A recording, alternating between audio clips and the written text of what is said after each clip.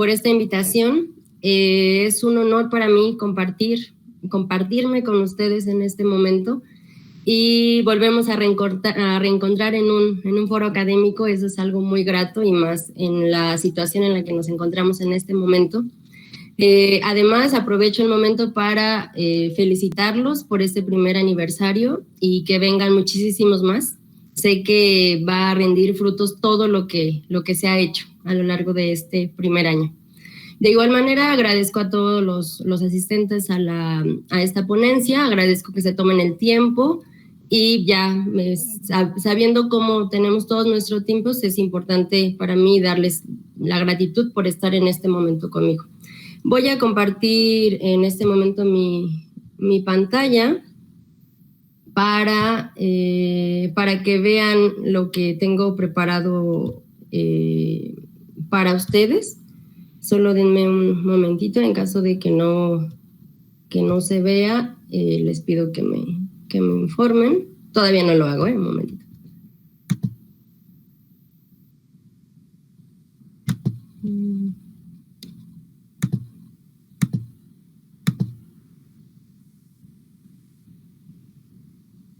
Estoy tratando de encontrar. Emma, si me puedes apoyar, ¿en dónde tengo que darle para poner la presentación? La verdad es que no es la primera vez que lo utilizo. Sí, del lado derecho, cuando mueves el cursor, ahí donde pones el micrófono y la grabadora, se va a presentar ahora. En presentar ahora ya puedes poner una pestaña o tu pantalla completa en caso de que esté en PowerPoint o algo semejante. Ok, en pantalla completa. Ok. ¿Y qué hago si no me aparece ahí? Nada más aparece como... A ver. ¿Ahí ya ven mi pantalla? Ya está listo. Ok. Muchísimas gracias, A ver, muy bien. Entonces, trataré de ser lo más concisa y breve que se pueda, porque para mí siempre es más importante escuchar a las otras personas que hablar demasiado. Entonces, espero que sea de su agrado y que les tengan como muchas inquietudes de esta presentación. Teniendo como principio que el evento que nos congrega en este momento es hablar de nuestra experiencia o del saber en la práctica profesional. En primer lugar, quise ponerle este título a la presentación, la práctica profesional entre emociones, incertidumbres y saberes, porque si bien tenemos saberes que están relacionados con un objeto de estudio en específico al que nos dedicamos como profesionales en algún área, no es solo bastan los saberes. Siempre hay emociones e incertidumbres que están envueltas en este camino de la práctica. Por ello, más adelante ahondaré en estas dos cuestiones entre emociones e incertidumbres. Como lo decía anteriormente, las emociones son parte, obviamente, de nosotros por ser seres humanos, pero también las emociones están en la práctica profesional. Siempre en algún momento en el que nos encontramos ante un nuevo proyecto o un nuevo trabajo, a decidir a cambiar a lo mejor nuestra práctica profesional, siempre va a estar quizá el miedo, la alegría, alguna emoción que nos permita en algún momento a lo mejor sentirnos bien, o también nos podemos sentir abrumados en esa decisión o en ese momento. Por otro lado está la incertidumbre, que es algo con lo que vivimos día a día y no está exento de ello la práctica profesional. Aquí me gustaría retomar el término incertidumbre o como concepto de incertidumbre de Silvana Vignale, que es una filósofa argentina, la cual hace un análisis entre la pedagogía de la incertidumbre y la pedagogía de la totalidad. La pedagogía de la totalidad, como ella lo menciona, es que se ve el saber como verdad, el saber que no como algo inamovible, algo que no podemos cuestionar. Y por otro lado se encuentra la pedagogía de la incertidumbre, en donde el saber está ligado a la experiencia. La experiencia se reconoce como otro saber a partir del cual nosotros nos vamos transformando y vamos siendo distintos al momento de encontrarnos con algo nuevo que vamos aprendiendo. Es por ello que a mí me interesó retomar esta disertación de Vignale, porque la experiencia como tal es lo que nos va haciendo como profesionales en un área. No sé si puedo llamarnos, o al menos yo no puedo llamarme experta en el área en la que me encuentro, pero sí creo que la experiencia nos va dando más habilidades y saberes para enfrentarnos a los nuevos retos que la práctica nos está dando cada día.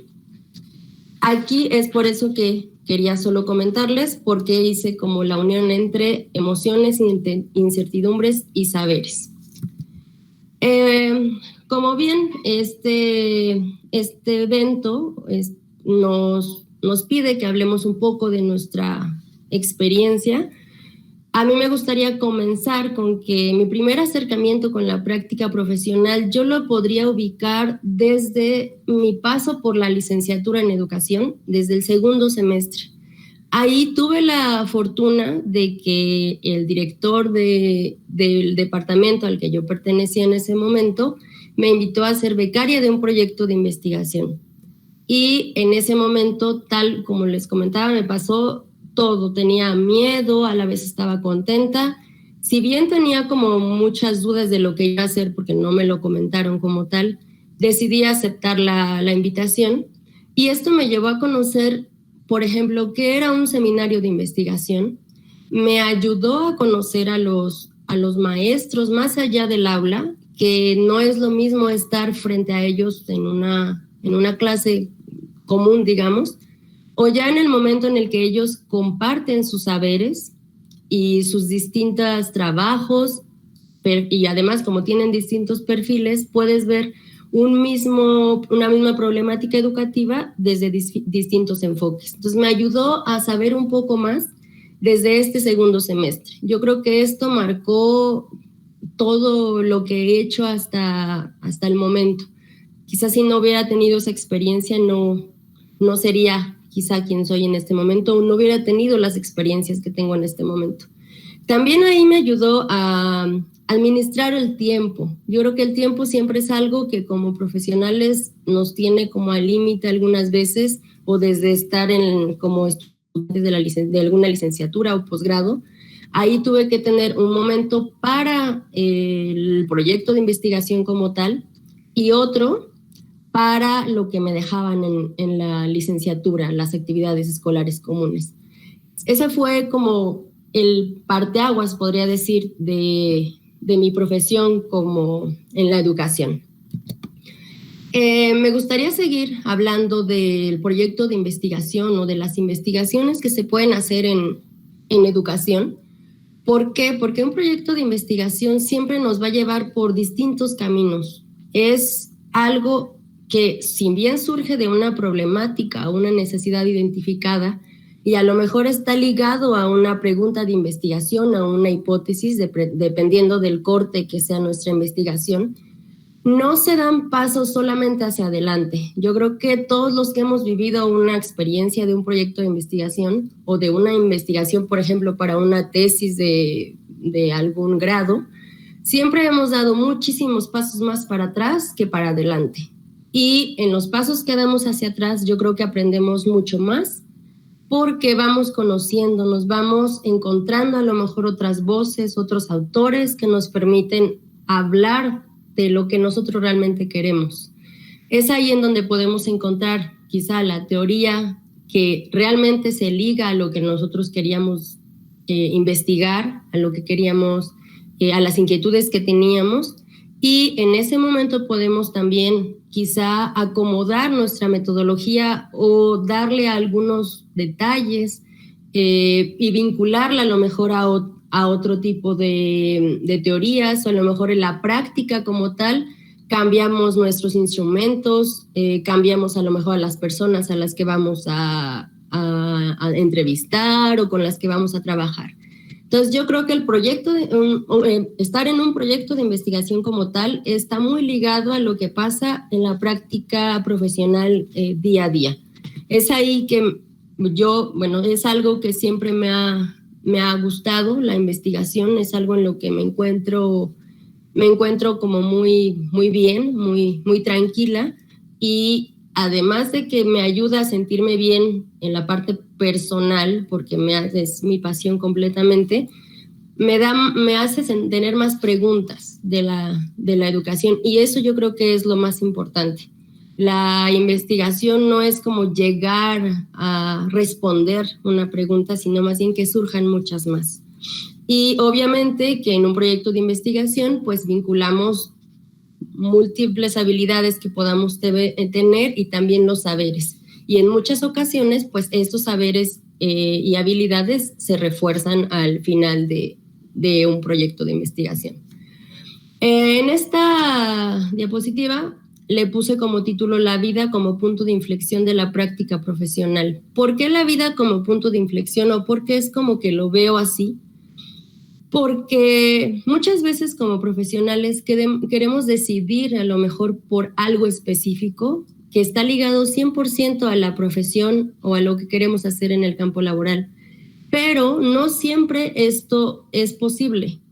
La vida nos pone ante quizá muchos caminos, y a veces nos lleva por otro que es completamente inesperado para nosotros. Entonces, me gustaría compartirles una anécdota, lo que me ocurrió en el 5º semestre de la licenciatura en educación también, en el cual ahí en esta licenciatura tenemos 4 áreas en las que tú puedes profundizar un poco más ya al final de la licenciatura. Estas son gestión educativa, diseño curricular, orientación educativa y desarrollo comunitario.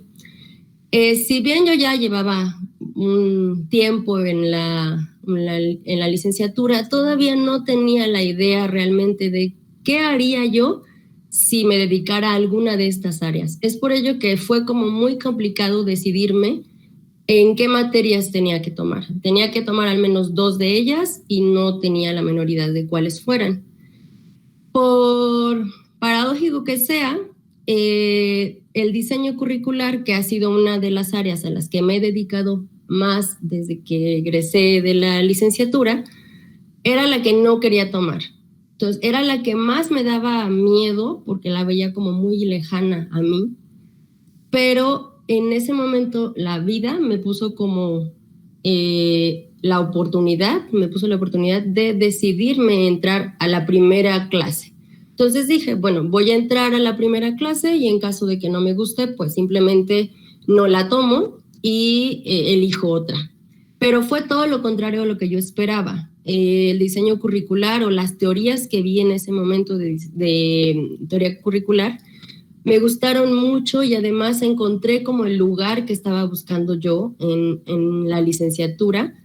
Supe que por ahí podía yo tener como mayor, profundizar mayormente en el ámbito educativo, y desde ese momento ahora sigo como más vinculada a esa área. Si bien las otras áreas también he trabajado un poco, el diseño curricular ha sido como el que más me ha gustado y en el que más quiero profundizar todavía. También me gustaría comentarles que tuve una experiencia ya en el área de desarrollo comunitario, con un taller que se llamaba Prácticas Narrativas Colectivas, el cual estaba ligado a otros talleres que fueron en 5 colonias de Guanajuato. En este taller lo que hicimos fue tomar las prácticas narrativas colectivas o esta metodología que es psicosocial, que se trabaja tanto con personas como grupos, y es una aproximación a las personas para darles una esperanza de manera respetuosa en alguna situación o una experiencia complicada que a lo mejor les haya dejado un trauma, y a través de la narración, a través de narrarse con los demás, hay una posibilidad de sanar. Si bien cabe mencionar que no soy experta en esta área, fue mi primer vínculo con un grupo como tal, y fue en mi servicio social profesional. Esta fue la experiencia que tuve. Si bien algunas veces el servicio social profesional que tenemos que hacer quienes estuvimos en una universidad pública, no siempre es un momento para poder rescatar algo o vincularnos al campo educativo, sí nos permite, si hacemos como el tiempo necesario y buscamos bien, nos puede permitir complementar nuestra experiencia. Y en mi caso fue así.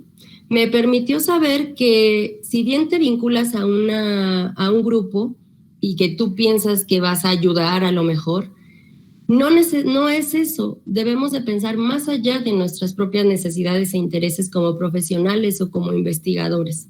Además, no es suficiente ayudar. Es más importante conocer el contexto de las personas con las que vamos a vincularnos. Y si bien aquí teníamos objetivos, es esencial para mí pensar que solamente sirven como punto de partida. No necesariamente se van a lograr. Además, cuando se trabaja con seres humanos, desde ahí comprendí que es importante protegerlos, proteger esa vida que te están compartiendo, quizá los dolores o los sueños que te dicen, porque algunas veces solamente se toma como información y no como los seres humanos que son en realidad. Aquí también comprendí o sentí, lo viví, que la práctica a veces puede causarnos dolor. ¿Por qué? Porque nos enfrentamos a contextos completamente distintos a los nuestros y a lo mejor que ni siquiera estaban en nuestra mirada. Están muy alejados a lo que vivimos diario y el ver experiencias tan dolorosas, por ejemplo, en este caso, estaba ligado a jóvenes que tuvieran algún problema de adicción, ya sea a las drogas o al alcohol. Entonces, escuchar a una niña de 12 años que ya había tenido un problema de alcoholismo, que había estado anexada en algún lugar y que nos lo contara, que dijera que obviamente su vida cambió completamente, eso es duro y como investigador te cambia completamente la perspectiva. En el campo de diseño curricular, tuve la oportunidad de, al momento de egresar de la licenciatura, trabajar en el departamento de modelo educativo de mi universidad, justamente en el área de programas educativos. Ahí lo que hacíamos era revisión de programas educativos que estuvieran en un diseño o en un rediseño curricular, tanto de licenciatura como posgrado.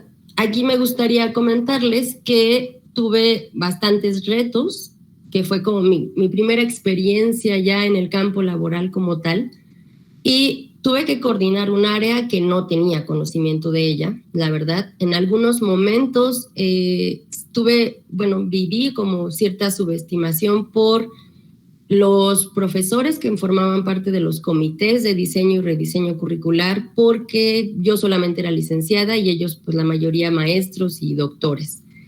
Además, aquí fue donde comprendí que la teoría curricular que vi en la universidad pues no fue suficiente para hacer el análisis de cada documento.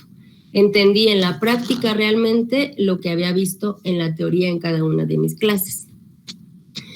Aquí un poco les comparto las experiencias que he tenido en Guanajuato, que es de donde soy originaria y donde estudié. Pude trabajar en la Secretaría de Educación. También pude hacer trabajar en diferentes proyectos de manera independiente, tanto de diseño y rediseño curricular. He tenido también la oportunidad y la fortuna de ser docente de secundaria, preparatoria y licenciatura. Y aquí en la Ciudad de México, que es en donde resido actualmente, pude ser en un momento directora de una secundaria particular.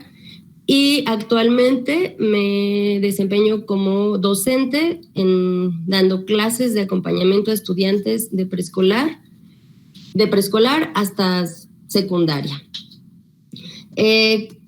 Antes de ir cerrando la presentación, me gustaría comentarles qué he aprendido en estas experiencias que he tenido a lo largo de estos 6 años de que egresé de la licenciatura. He aprendido que el ámbito educativo es extenso, es esencial acercarse en primer lugar a los estudiantes, quienes son los que viven realmente lo que se planea. Por ejemplo, lo que estamos viviendo ahorita de la educación ante el COVID es una posibilidad de saber qué es lo que estamos haciendo bien, qué es lo que falta y qué va a pasar después. No sabemos cómo vamos a regresar a las aulas, si vamos a regresar, cómo va a ser cuando regresemos, y tenemos muchas voces que nos pueden decir algo sobre cómo hacerlo. En primer lugar, tenemos a los estudiantes, que son los que lo viven en carne propia mayormente, pero ahora tenemos a las madres y padres de familia que están vinculados con sus hijos de una manera distinta y que no ha sido fácil para ellos, tampoco ha sido fácil para los docentes, y la sociedad en general está vinculada a ello. Entonces tenemos una nueva pregunta de investigación en general de qué va a pasar con la educación después de la pandemia. Entonces ahí podríamos encontrar como múltiples preguntas que se están haciendo tanto los profesionales en educación como la sociedad en general. Para terminar, bueno, para ir concluyendo con mi presentación, frente a la práctica profesional yo considero que hay diferentes cosas que podemos pensar. Lo que voy a comentar a continuación no son consejos ni sugerencias, simplemente son consideraciones de lo que me ha ocurrido a mí como profesional del área de educación. Es importante siempre estar atento ante las nuevas tendencias de nuestra propia área o de nuestros intereses. Eso nos ayudará siempre a estar un paso adelante. Es importante mantener la mente abierta y flexible ante los distintos contextos en los que nos manejemos. También, en mi caso, por ejemplo, ayudó mucho mantener una relación cordial con los profesores y con los compañeros de la universidad, porque en algún momento podemos necesitar de ellos o puede haber una posibilidad laboral o una colaboración. Lo mismo pasa con los compañeros de cada empleo en el que nos encontremos. Siempre es importante fortalecer el pensamiento creativo. Es esencial encontrar otras formas de hacer las actividades en cualquier trabajo o proyecto para no entrar como en una monotonía y que a lo mejor nos sintamos mal con lo que hacemos. Y para concluir, me gustaría compartirles esta frase o estas palabras que redacté para ustedes. La práctica profesional es como todas las experiencias de la vida. No se conoce hasta el momento en que cada persona la vive en carne propia. Por lo tanto, no hay una receta. Siempre se deben buscar distintos caminos hasta encontrar con el que nos sintamos bien con ustedes mismos y tengan pasión por lo que hacen. Agradezco mucho por la atención, por tomarse el tiempo, y si alguien está interesado en comunicarse conmigo por alguna de los temas que hablé o que tomé en esta ponencia, con gusto aquí dejo por un momento en mi correo, y de mi parte sería todo. Muchísimas gracias. Muchísimas gracias, maestra, por su participación. Me parece que los asistentes también han estado haciendo muchas preguntas. Creo que estamos todos interesados en lo que usted nos está compartiendo el día de hoy. Desafortunadamente no tenemos suficiente tiempo para pasar a varias preguntas y respuestas, por lo que le pediría que si tiene la oportunidad vamos a recopilar estas preguntas, postearlas en Facebook para que usted en algún momento pueda contestarlas si tiene la oportunidad. Sin embargo, sí me gustaría, aprovechando su participación en este momento, la primera pregunta que surgió de Paulette Soledad, me gustaría ver si usted no la puede contestar en este momento. Dice, ¿considera necesaria la práctica de los conocimientos adquiridos al momento? ¿Cómo aclarada toda la teoría podría pasarse a la práctica? ¿Podría repetir, Emma, que se fue un poco la claro señal? Sí. No escuché totalmente, por favor. Sí. ¿Considera necesaria la práctica de los conocimientos adquiridos al momento? ¿O una vez aclarada toda la teoría, podría pasarse a la práctica? Yo creo que es, desde mi punto de vista, imposible pensar que vamos a aclarar la teoría. Yo creo que la teoría es solamente un punto de partida y no creo que haya la teoría como tal, sino las teorías. y todas las teorías pueden ser interpretadas de manera muy distinta por todas las personas, aún se dediquen por lo mismo, aún hayan estudiado lo mismo, trabajen en el mismo lugar. Yo creo que nunca se va a tener como una respuesta o la respuesta, que es lo que buscamos, y más en educación. Es como un talón de Aquiles que quizá tenemos como estudiantes, como docentes, de buscar la respuesta, y no creo que sea así. Yo creo que la experiencia te va dando herramientas para entender las teorías y a lo mejor caminar con ellas. Es lo que podría decir. Muy bien, muchísimas gracias, maestra. Entonces, con esto cerramos su participación. Muchísimas gracias nuevamente por estar aquí con nosotros, por compartir esta información, y vamos a seguir con el programa. Muchísimas gracias a ustedes. Hasta luego. Bien. Muy bien. Siguiendo con nuestro programa, es el momento de presentar a la doctora Alba de Mata. Ella es doctora en educación, es maestra en psicoterapia y licenciada en psicología, con especialidad en el área clínica. Ha enfocado su trabajo en dos áreas primordialmente. Por un lado, realiza trabajos de investigación, rama donde cuenta con 2 capítulos del libro en colaboración, un artículo internacional y 2 nacionales. Ha elaborado y validado 2 instrumentos de medición sobre temas de género en universidades públicas.